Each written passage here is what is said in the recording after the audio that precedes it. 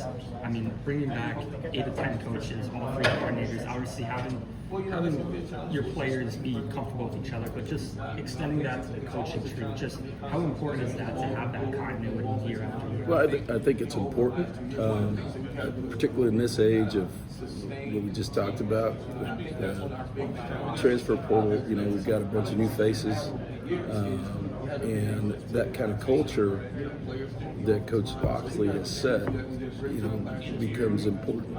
For the guys that've been here for a year, right, and almost a year and a month, right, for me, but a bunch of new faces, particularly on offense, and understanding what his real vision is. I think that's incredibly important, and so just like where to practice, what to do, how to do it, and instead of this being the same thing as last year where, some guys didn't even know where to go to practice, right? So just you're more comfortable, you're more assertive, and probably more confident. And, particularly at this position where, basically, Corey Deitch was a player, 500 yards, but the other 3 guys that played are all freshmen. And, those guys, that's a lot for those guys, but they were productive, they got better. And so, the obvious question is, you got to find a new quarterback. We got some new guys up front. We got one returning starter there. Those guys at tight end are no longer freshmen, right? They're no. So, I think the continuity piece becomes important from a coaching staff standpoint, and familiarity with our offense. And just a quick follow-up to that, how do you seek to create that continuity year after year?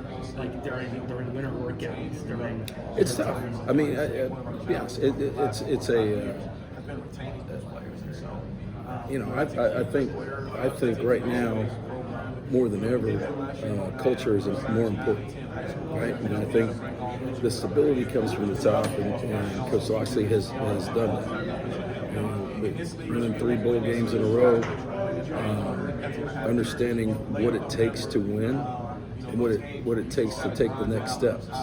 And so that's where we are right now as a program, and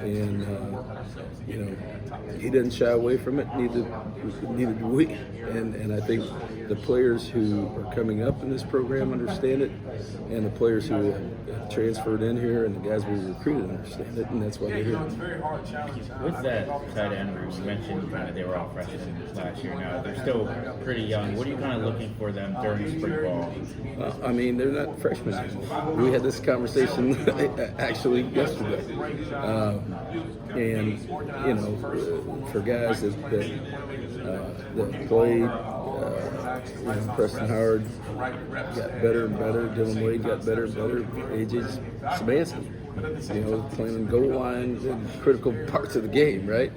That may be the hardest job, right? Just you don't go in until it's either short yardage or goal line, and there's no more pressure on that. We got to get 3 inches or 3 yards, right? And so, I think, we had some growing pains last year, but, you look through the season, and, I think the positive is the bowl game, where those guys both scored and did a nice job. But they can be much better. They understand that. And, I always talk about young players,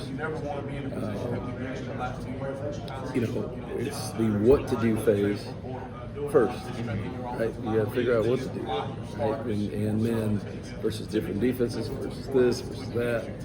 And then as you grow and become a better player, it's how to do it. And, some of that's being comfortable just running out there. And some of it's being comfortable in what you can and can't do. And then, growing into your body and getting physically stronger. And I think those guys are doing that in the off season. They did a nice job in the off season, but spring football will be big for them. And then